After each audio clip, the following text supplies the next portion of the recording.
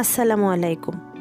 নাসরিনস food diary চ্যানেলে সবাইকে স্বাগত জানিয়ে চলে এলাম শীতকালীন একটা সবজি দিয়ে মজাদার স্ন্যাক্স রেসিপি নিয়ে।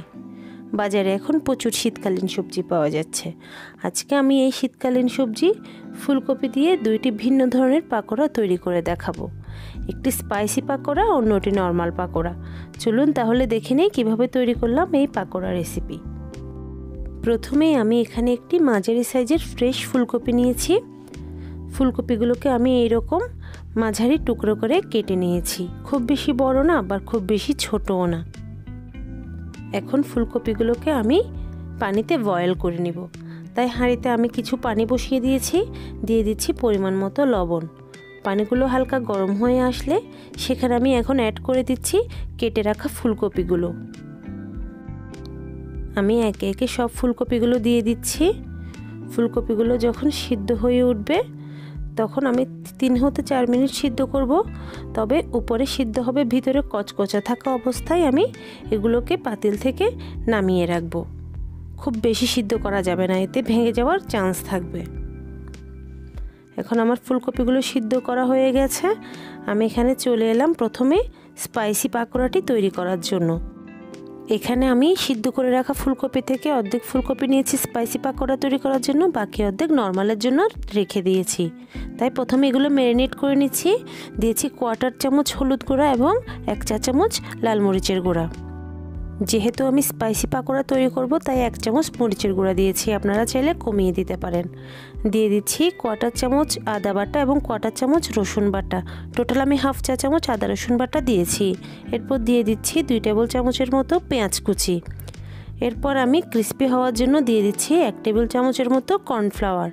আপনারা কর্নফ্লাওয়ারের পরিবর্তে চালের গুঁড়াও দিতে পারেন। দিচ্ছি পরিমাণ মতো ধনেপাতা এবং কাঁচামরিচ কুচি। কাঁচামরিচ কুচিটাও আপনারা আপনাদের ইচ্ছা মতো অ্যাডজাস্ট করে নিতে পারেন, আপনারা যেমন ঝাল খেতে চান।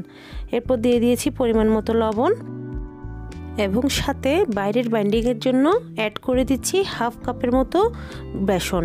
আমি বেসনটা একসাথে দিব না, অল্প অল্প করে দিব, যাতে করে ভালোভাবে ফুলকপির সাথে মিশে যায়। অল্প অল্প করে বেসন দিয়ে অল্প অল্প পানি দিয়ে আমি ভালোভাবে মাখিয়ে নিচ্ছি।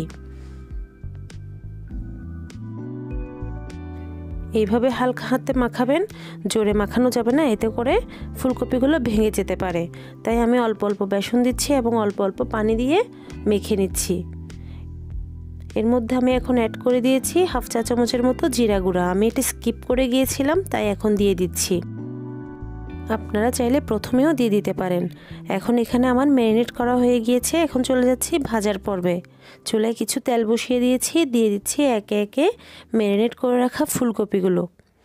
চুলার জাল এই ক্ষেত্রে মাঝারি টু লোতে রাখতে হবে, খুব বেশি বড় করা যাবে না। এক্ষেত্রে উপরে কালার আসবে কিন্তু ভেতরে কাঁচা থেকে যাবে।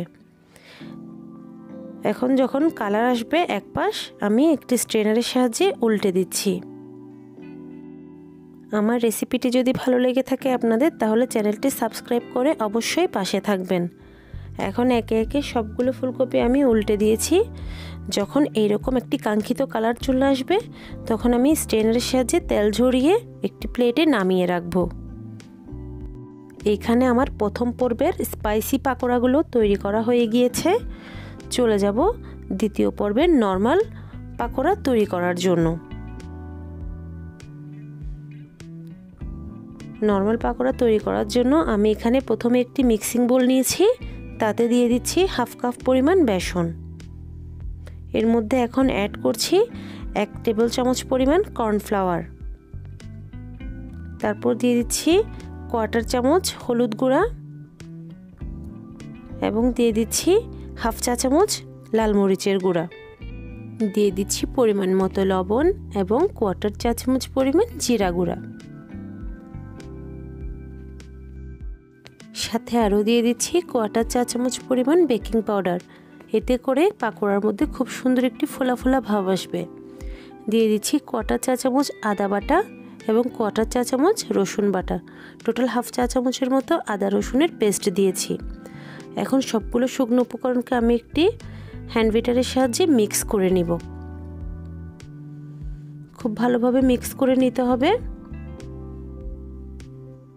শুকনো উপকরণগুলো মিক্সিং করার পর এর মধ্যে আমি এখন দিয়ে দিচ্ছি অল্প অল্প করে পানি। অল্প অল্প করে পানি দিয়ে একটি ব্যাটার তৈরি করে নিব। একসাথে অনেকগুলো পানি দিতে যাবেন না, এতে করে ব্যাটারের কনসিস্টেন্সিটা বোঝা যাবে না, হয়তোবা পানি বেশি হয়ে যেতে পারে আবার কমও হয়ে যেতে পারে। তাই অল্প অল্প করে পানি দিয়ে এইরকম একটি ব্যাটার তৈরি করে নিব। ব্যাটারটি খুব বেশি পাতলাও হবে না, খুব বেশি ঘনও হবে না, এই ধরনের একটি কনসিস্টেন্সি আসলেই হয়ে যাবে। এখন চলে যাব আমি সেকেন্ড পাকোড়াটি তৈরি করার জন্য। আমার এখানে মিক্সিংটা রেডি, চলে যাচ্ছি চুলায়। চুলায় একটি প্যান বসিয়ে দিয়েছি, এতে পরিমাণ মতো তেল দিয়ে সিদ্ধ করে রাখা ফুলকপিগুলোকে ব্যাটারের মধ্যে চুবিয়ে তেলের মধ্যে ছেড়ে দিচ্ছি।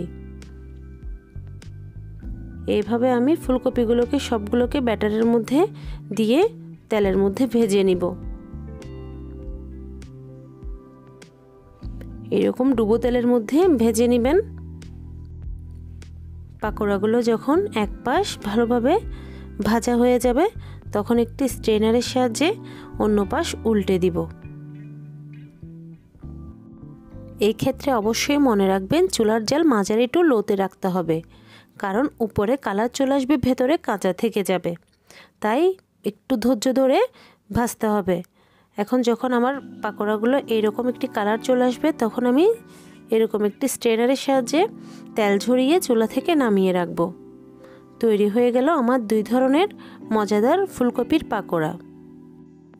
আজকে আমি একটি রেসিপিতে দুইটি ভিন্ন স্বাদের পাকোড়া তৈরি করে দেখালাম। যদি রেসিপিটি ভালো লেগে থাকে তাহলে অবশ্যই একটি লাইক, এবং যদি কোনো মতামত থাকে তাহলে অবশ্যই কমেন্টসে জানাবেন। সবাই পাশে থাকবেন এবং ভালো থাকবেন। আল্লাহ হাফেজ।